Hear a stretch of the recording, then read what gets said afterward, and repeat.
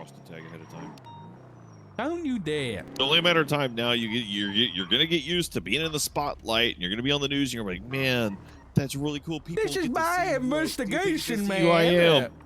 They get to see who I am, and you're gonna get attracted in by being in the spotlight and being like, man, it feels really cool being famous. Radio. And then people are gonna start approaching you for sponsorships, and then soon enough you'll be on the radio going, hey, Richard, I'm gonna pay you $10,000 to mention our product on the air. That's nothing.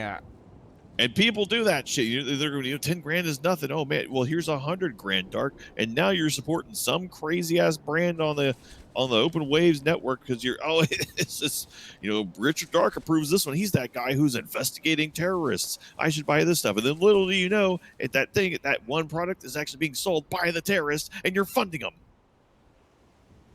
Did you ever think about that? Who's got the tinfoil hat on now, Craig?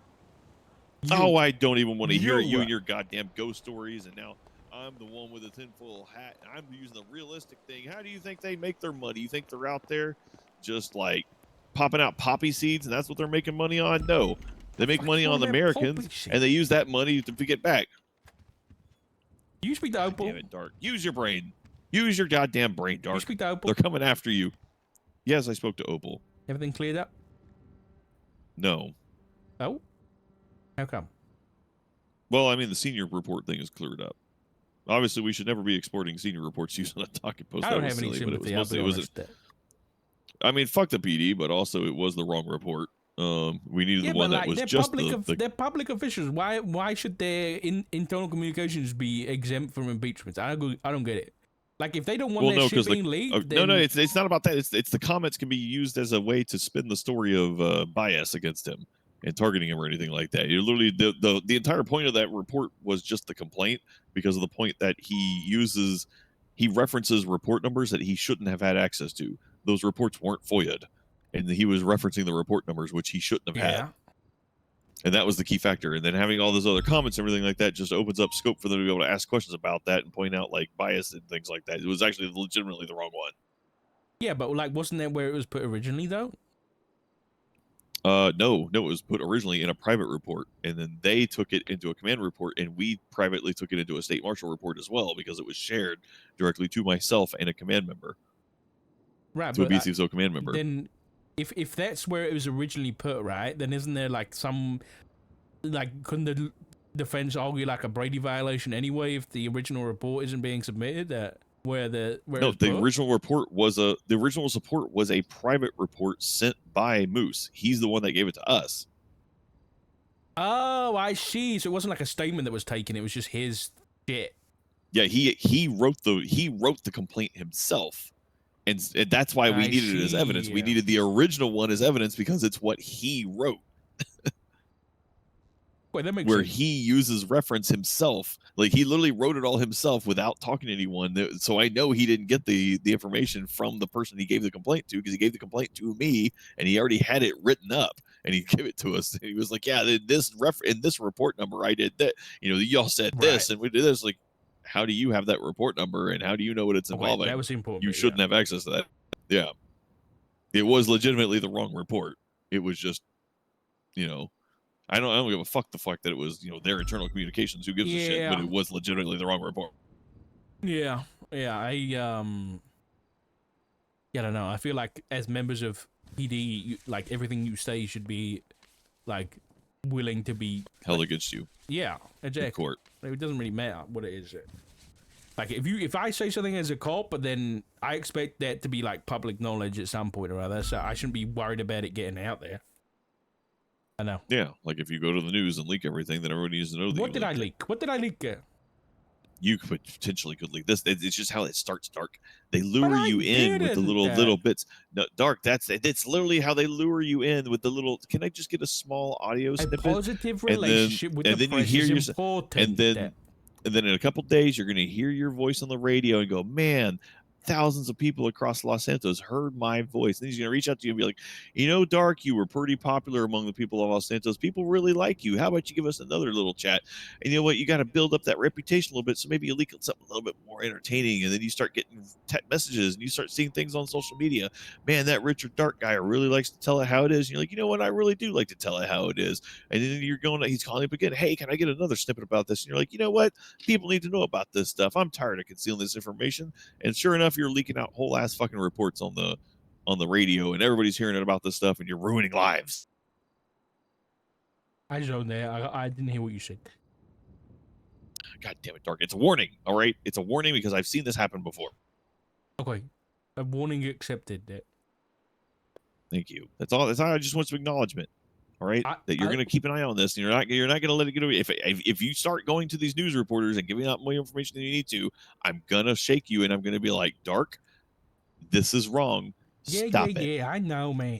Anyway, something more important. I spoke to a CI of mine, and got some concerning information, and obviously none of it's confirmed yet. But I think the one that I should mention to you is that, you know how Nino and Princess Change got that new legislation passed about giving clemency to people with a death penalty? Yeah. I don't know about that one. Apparently, Princess spoke to my CI and said that Nino got that passed to save Edgar. Specifically. I doubt it. Edgar wasn't at risk, so that's silly. He was up for the death penalty. He wasn't. He was. They asked for the death penalty. Let's be real. Yeah, people always ask for bail revocation too, and it never happens.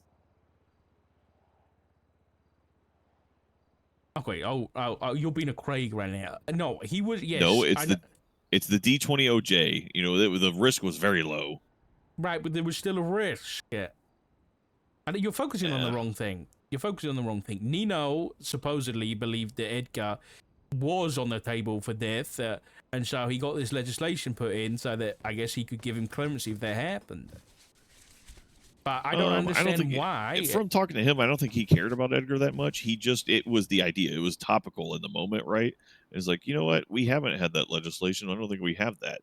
And by him laying the foundation of it, it prevents other people from laying foundational powers that give them even more, like complete immunity. You know, now that's laid down the foundation of, you know, there's this power and it needs to be highly restricted. So the only thing they could do is stop the death penalty, but he still get life in prison if he stops the death penalty, right?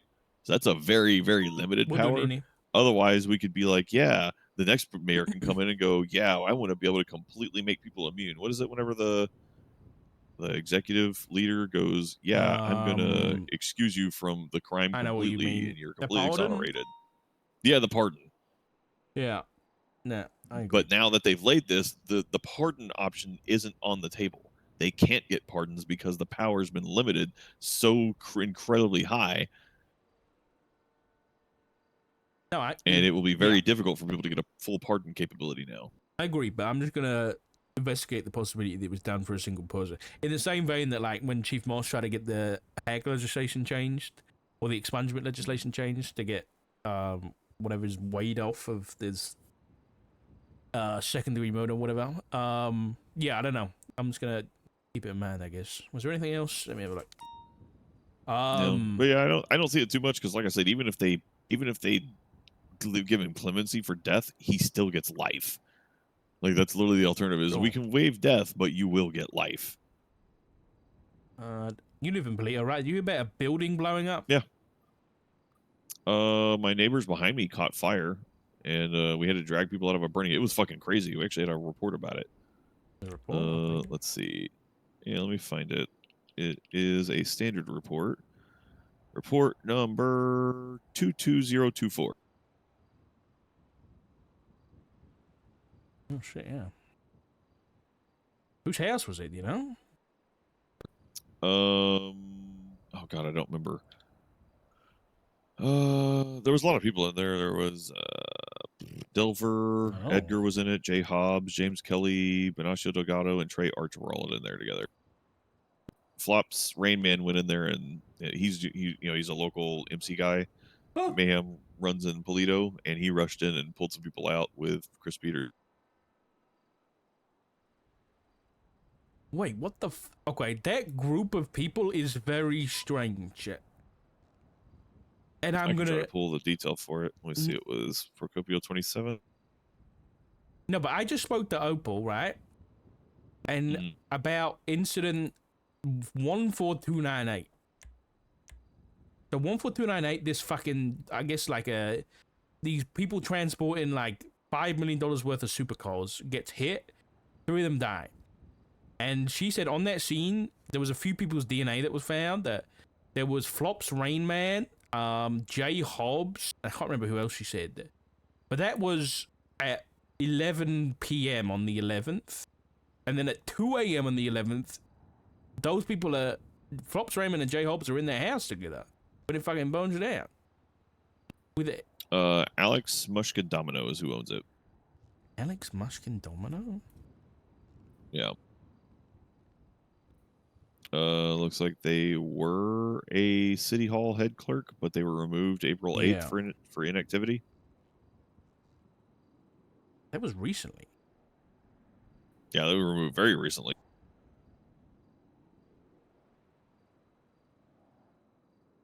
What was this? Incident 149. Yeah, I don't know whether that's connected, but that's really strange. Hmm. Yeah, that's who owns the house. Wait, Edgar and Benny went into ICU? Yeah, yeah. It was a heavy fire. You see the pictures? Yeah, that's fucking crazy. Wait, Flops Raymond's the president in Mayhem? Yep.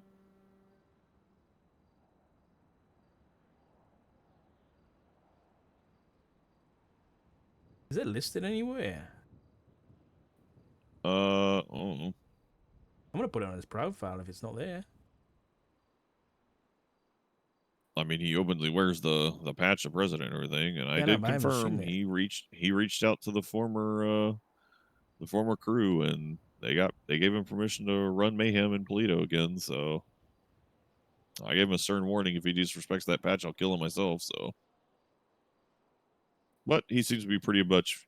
Me and Abby have spent a lot of time talking to him and the new crew, and they seem very much of the we want everyone to feel welcome in Polito, but if you come to Polito and disrespect the people, we will fuck you up kind of people. Yeah. Wait. Which is kind of nice because they're opening shops like all down the main strand again. They have like a mechanic shop, they have a auto parts store, they have an electronics store. They look fucking amazing too. All down the main drag. He's better get Abby charges, wants to buy a property and open up a bookstore. Ooh, that'd be nice. Yeah.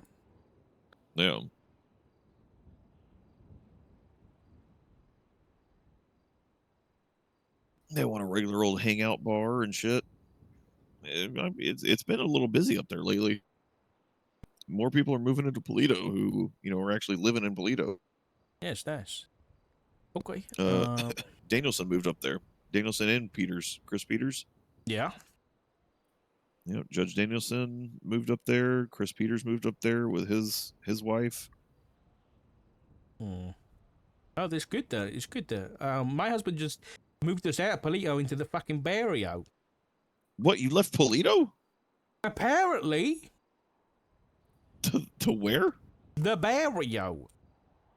Why the barrio? Don't ask me, Craig. I don't understand it. I'm asking you why. Listen, we've wanted our own place for a while, and then for some reason, he decides to buy a house in the barrio. That's...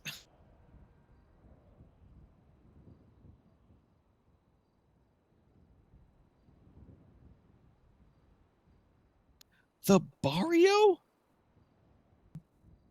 Yeah. Yeah. Do you just hate money? Like, you might as well just put your money in the big pile in the middle of the parking lot and set it on fire. Barrett. Barrett. I'm not the judge. Barrett. Not like cunt. It's Barrett. Like the best.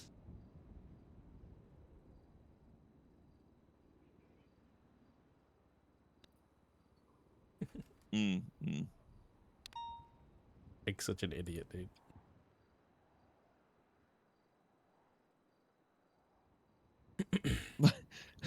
I believe you, but the barrio roads. Thank you, Craig. What do you think market price is? $414,000. What, did it just go up on the market or something? Who'd you buy it from? Oh my God.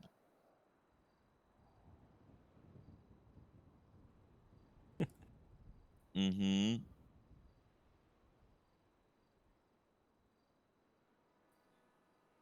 It's not even, it's barely a home. It's not a home, it's an apartment. That's what I said. That's what I said. You don't even have a place to park your car.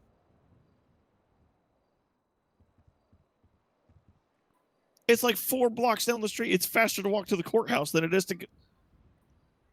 It's faster to walk to the courthouse to get to the thing than to get to the train station. No, he doesn't. No, it's a down. No, roads, it's not. You know why I know it's not? Open up your MDT. Go to profiles. Nope. Profile number 8894. Oh, it's this guy. You think it's up and coming? It's been sitting there. That guy doesn't do shit with his property.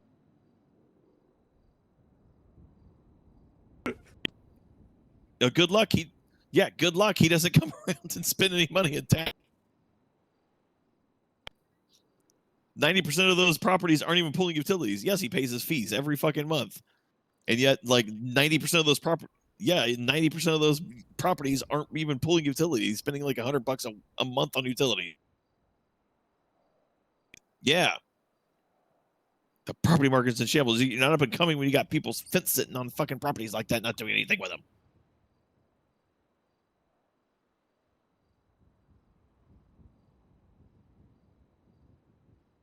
Wait, Trey?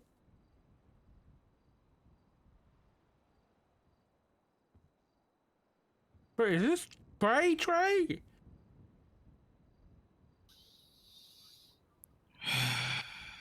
You won't.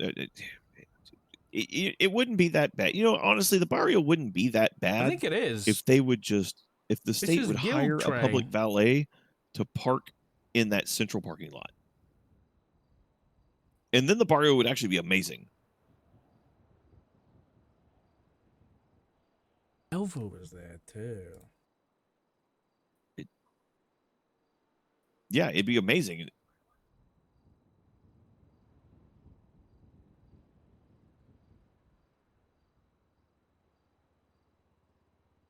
Mm-hmm.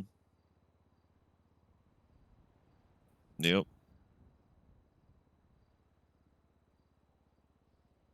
Yeah, honestly, the smack dab in the middle. Well, honestly, smack dab in the middle of the barrio where that parking lot is with like the 9 or the 10 spaces would be perfect because there's so many apartments there and it'd be useful for that shit. Hold on, Nini, I'm checking DM. I think I saw it. Oh, damn. Talking to D&D. Hold on, how do I open this though? Talking to D&D, dude. This is fucking sick, man. Daxon and Casimir. Hell yeah. Dude, this looks fucking sick. Dude, the scales, man. 2 hot boys hanging out. Yeah, that's fucking awesome. Good shit, Nene. But I do have the dip, chat. I'll be back tomorrow. Yeah, I'll be back tomorrow. We're gonna dive into everything that we were fucking told today because it's been kind of crazy. I appreciate you all. Take care of yourselves, and I will see you in the next one. Goodbye.